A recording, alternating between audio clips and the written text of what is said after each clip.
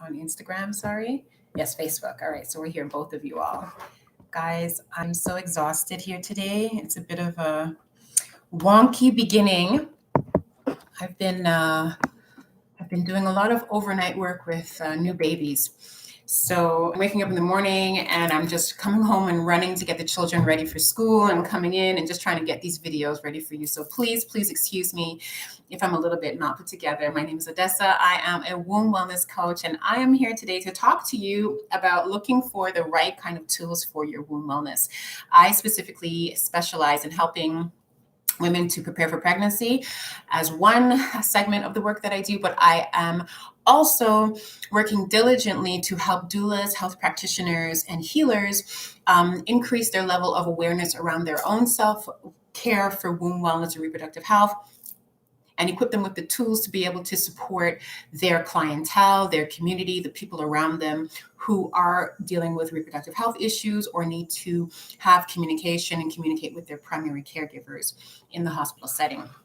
So one thing that I notice that women are experiencing a lot of is fatigue because of forcing. Because of wanting to do the work and be as effective as male counterparts. The way that women are taught to, you know, be women as girls, as young girls, and the way that it shows up, as a young teenager and as an adult can be very confusing because, you're supposed to be seen and not heard. Little girls are supposed to be nice. You're supposed to be very giving. You're supposed to be selfless. You're supposed to, do for others and not really do for yourself. And so a lot of women are walking around with these thoughts in their mind. And then when it comes to being in the world and wanting to achieve success in the work that you're doing and wanting to arrive at ranks in the kind of work that you're doing, you begin to force. And so you start to grind and you start to be more aggressive because that's what your male counterparts are doing. It's a male dominant world, male dominated world. And so most people, women included, are expected to attack from the same kind of masculine energy. So, fighting it out on your own, slugging it out, getting the work done, grinding, burning both candles at the end. This is not the thing. This is not what's going to do it for you, especially if you are living with reproductive health conditions, especially if you are trying to heal, especially if you want to get more in connection to your feminine energy and understand what feminine energy is. Feminine is more of the yin quality. Yin means quiet, dark, slower, introspective, retrospective, spiritual, a lot of these qualities, whereas masculine energy is more doing, going, light, forceful, action. And when we can differentiate the two of them and see how we interact and interface with the two of them, then this can help us to determine where the energy leakages are.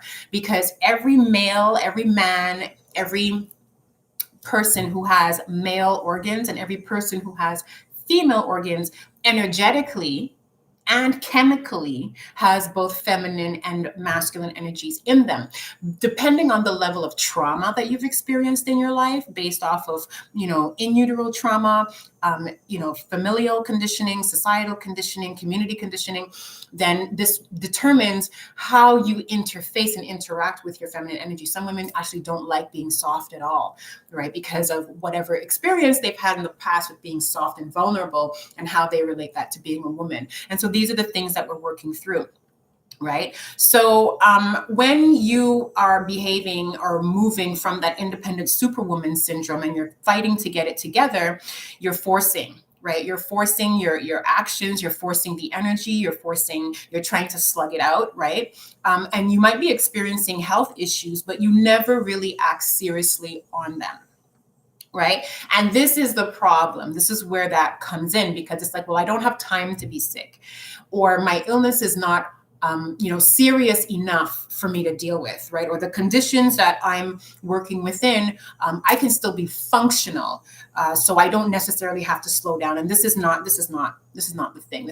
We don't want to do this, and so this is not working because you end up burning yourself out, right? you're forcing and you're pushing and you're trying to get all of the things together within the timeline, within whatever it is that you have to do to serve everyone, to do all of the things, but you're experiencing a level of burnout. And this means that your organs, the organs involved, are now going to experience that leakage, that energy leakage, that chi leakage, that, nutrient leakage, that mineral leakage, that energetic leakage when you are burnt out, when you are pushing and forcing against, right? And so what happens is that there's an exacerbation of your symptoms, right? Your symptoms begin to exacerbate. You're more tired, you're experiencing more pain, you might be experiencing more of this or more of that, more nightmares, more stress, more waking up at night, you know what I mean? More, sugar cravings, more carb cravings, right? Which means that, there are deficiencies that you're living with that you're not addressing, and you're filling them with empty carbs, you're filling them with empty calories, you're filling them with, what we would call STIRBs, short-term energy relief busters, right? Which are not going to actually give you the results you want, but they're going to actually reinforce your condition and worsen the situation. That's actually what ends up happening. So you've got to be careful of this, because now you're going against the flow. Now it's a 100%, like you're completely fighting whatever it is that you're doing. So what you're doing is not working. And so, that is not the strength of a woman. That's not the strength of a woman. And this is what we tend to rely on, right? It's like, well, and we tend to hold this as a badge, I'm not doing good. I'm taking all these things. I'm taking all this food. I'm feeling really stressed. I'm doing all the things and I can't get it done, but I still need the time. And then we walk around with a sense of pride that this is what I'm doing because I'm still maintaining my house. I'm still maintaining my family. I'm still maintaining my job. I'm still helping everybody. And I can do all these things and I can perform like where are we going? Where are we going with these things? This is what will put you in such a tailspin, right? Because it brings you right back to the starting place of being burnt out, and a lot of times we're burnt out and we don't even know. So we start the game with a deficiency and we don't even know, right? So there you go. All right. So the point of this whole conversation that I'm having with you is, looking for tools, and do these tools actually work? Because it's really simple. It's really easy to, and I always mention this, to pull from here, pull from there, you know what I mean? But not really applying the work and not getting the results that you want. So, my first question to you is, if you really are, if you're serious about this and you're trying to get it together, you've got to start asking yourself these questions for you to be able to make use of the tools that you're using, for you to get value from what it is that you're trying to do, and just make some kind of headway. Like, the first thing is, do you even know your cycle? When we're dealing with our reproductive health, there are so many times, so many conversations I have. It's like, okay, well, when was the last day of your first period? And you don't know. You don't know when you're ovulating. You don't know when your period is. You don't know when your last period was. You don't know what your cervical fluid is like. You have no idea what's going on, right? So you've got to know what's going on with your cycle.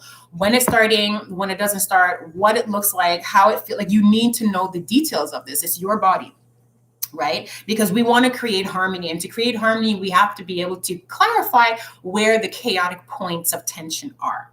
Okay. The next thing is, you've got to prioritize your health.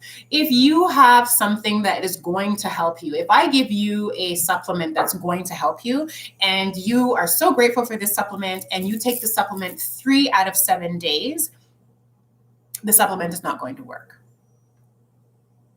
It's not going to work, because you are not using the medicine as it's intended. You are not prioritizing yourself enough to respect the medicine that you're taking, whether it was given to you by me, whether it was given to you by another therapist, practitioner, doctor, or whether you looked it up on your own. You're not giving the medicine the respect that it needs. I got to do a whole other video on respecting herbs and respecting the medicine. I mean, I can tell you, there are people online who have a lot of influence, and, they want to show the masses that it's okay to take this herbal medicine, and the herbal medicine does taste bad, and they're making up their faces and coughing and spitting and all that stuff. That's a disrespect. personally speaking, for someone who's been taking bitter herbs for the last 20 plus years, studying with them, getting to know them, that's a disrespect. Why? Because the synthetic medicine that you're taking is not giving you necessarily the results that you want and potentially complicating your situation more because of the layered kinds of side effects that you're having. So you turn to natural medicine, which is most of the time the active ingredients, the isolated active ingredients in the synthetic medicine. Put that to the side. So you're going to take the whole medicine, the whole plant, and you're going to take the plant, you're going to drink the plant, and then you're going to turn around and disrespect the plant and tell it, say, you don't taste good. Me not really like you, and set up your face. Like, that's disrespectful. It's like, looking a gift horse in the mouth.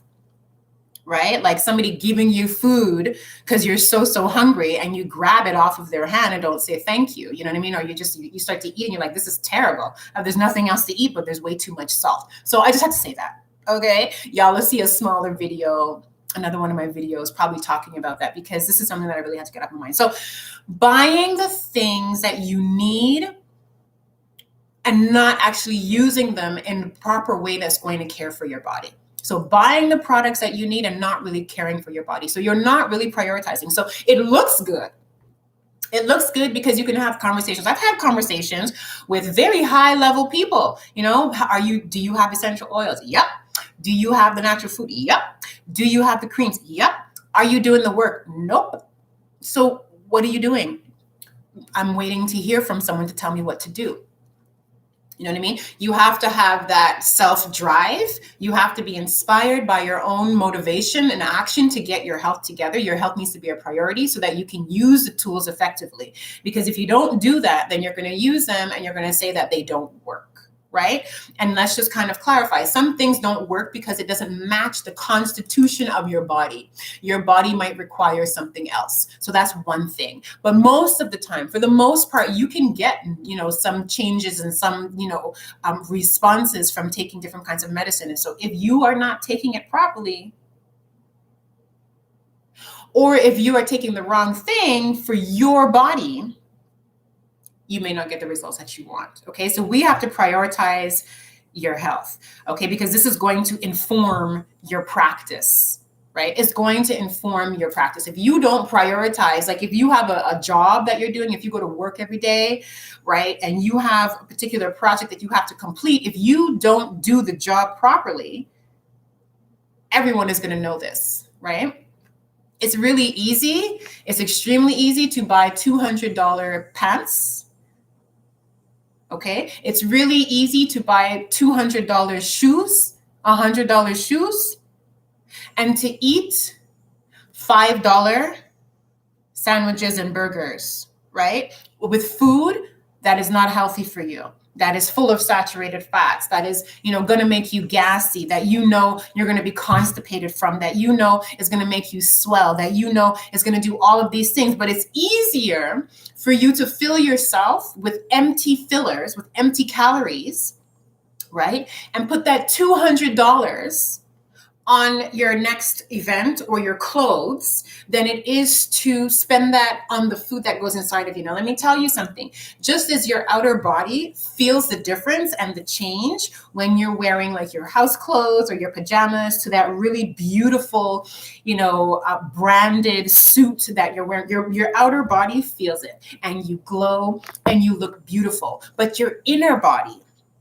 your inner being, will shine so bright, just like that diamond, through your eyes, through your skin, and through your energetic capacity when you begin to put that $200 medicine inside of your body. Okay. And it's important for us to talk about this. Okay. Especially if you are a female practitioner, if you are a woman, if you're a doula, healer, health practitioner, and you want to be of service to your community, if you want to be of service to the women around you, you want to be more helpful, right? You have to embody the work. Okay. As women, we use excuses too often. I can tell you from myself, there was a moment where it was like, oh, I'm gathering all of this great information. I'm going to be able to share it with the people around me because I'm studying, right? So I'll just put it in my bag, put it in my tool bag so I can pull out and hand to my clients. And then I was like, well, have I done the work? Have I actually embodied the work? Because I can tell my clients what to do. I can guide them on that journey of saying, okay, well, you take this medicine at this time, you eat this at this time, you do this at this time, you do this massage at this time, because I can theoretically walk them through it. But what about troubleshooting? Right? What if I haven't done the work? I haven't experienced it. And so they start to experience secondary, results, secondhand, tertiary, results from taking this medicine and doing these techniques. And I can't walk them through the work. I can't walk them through the work because I haven't done it myself. They're going through a healing crisis, and I'm just here kind of troubleshooting in my mind, going through my notes, or potentially going back to, my teacher or my mentor, and as opposed to me having gone through the work, having experienced the therapy, having experienced the processes and the methods of what this work entails, to be able to hold them accountable. This is really, really, like, it's such a crucial piece of the puzzle, especially as a healer, because there's too many people who don't want to do the work. Okay. And let's just put this to the side for a minute. Any healer, right, has probably gone through some kind of trauma. Anyone who's doing work in service to humanity has probably gone through some kind of trauma. So no, you may not have it all together, and that's okay. But the fact that you're doing the work and applying the work is very helpful, right? So you setting that priority for yourself is key and crucial for these tools and this work to work for you, specifically for you. Okay. Another gap that I'm seeing, right? So I talked about knowing your cycle, knowing your medicine, knowing your body. I talked about prioritizing your health, because this is going to inform your practice. And there's time commitment. Okay. You have to commit more than 10 minutes a day. Saying a 10-minute affirmation at night is not going to change, sweetie. It's not going to change the fibroid. Okay. Waking up in the morning time and drinking 1 glass of lemon water is not going to stop your clotting.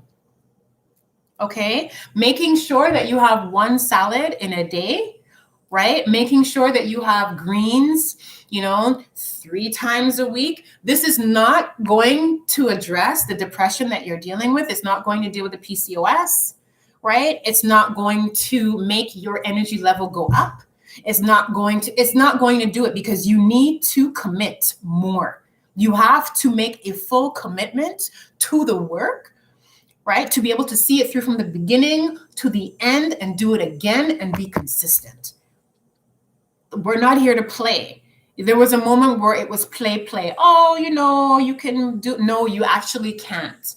Okay. And I've said it before.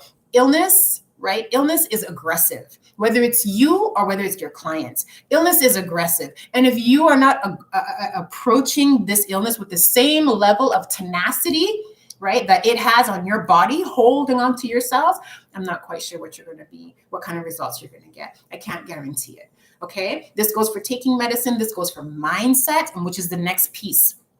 Right? Like, you have to value yourself. Am I worth it? You have to believe that you are worth it. And you have to believe that you have to know that this work is going to bring you to another promised land. Not the land that you're in, but it'll bring you to a promised land. Maybe not the land that you wanted, but it'll bring you somewhere for you to be able to find a different terrain to work and renew, the dedication that you have to yourself and to your healing. So valuing yourself and knowing, am I worth it to be able to do the work and stick to it?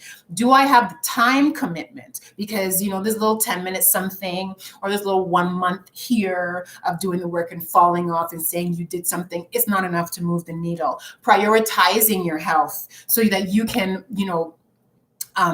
so you can give your body exactly what it needs, nourishing wise, food wise, loving wise, so that you can embody the work. You can embody that work and offer it to your clients, and as well as knowing your cycle, knowing your own medicine, because your cycle is not the same as another person's cycle. You might start and stop the same day. You might have different kinds of, conditions or similar conditions, but your body, your constitution is not the same as the next person. And so understanding these gaps, right, is going to help you when you're looking for the right healing tools and questioning if they're going to work for you. Because if you don't have it together, if you don't have yourself together, when you're going to use these tools and they're not working for you, we have an idea as to why, right? So the purpose of this whole work, the purpose of what I do is to create these healing environments through the three-part womb cleanse that I created for myself when I was working on myself, when I was in the lowest of the lows. And this same work that I've translated and transferred to working with my clients. We walk through a 3-phase process of the MAP,